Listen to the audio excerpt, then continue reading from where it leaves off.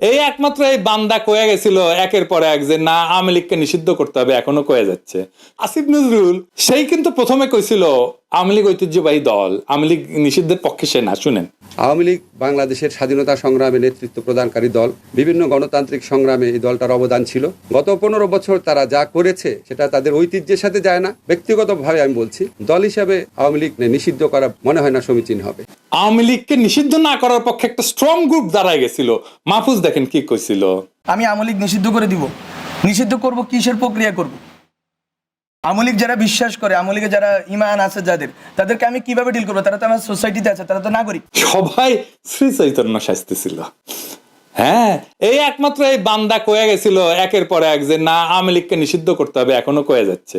সবাই, মির্জা ফখরুল পর্যন্ত, জামাত পর্যন্ত মাফ করে দিল। ফল হইল কি? এই যে দেখেন,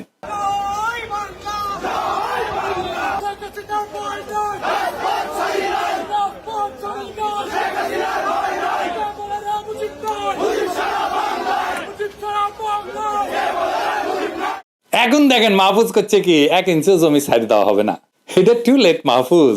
আমি প্রথম থেকে কইতেছি কি করতে হবে, বিজয়কে কিভাবে সংহত করতে হবে, কি কি কর্মসূচি দিতে হবে, সবকিছু বলছি। কেউ কথা কানে তোলে নাই। চোর পলাইছে তো এখন বুদ্ধি বেড়াইতেছে সবার।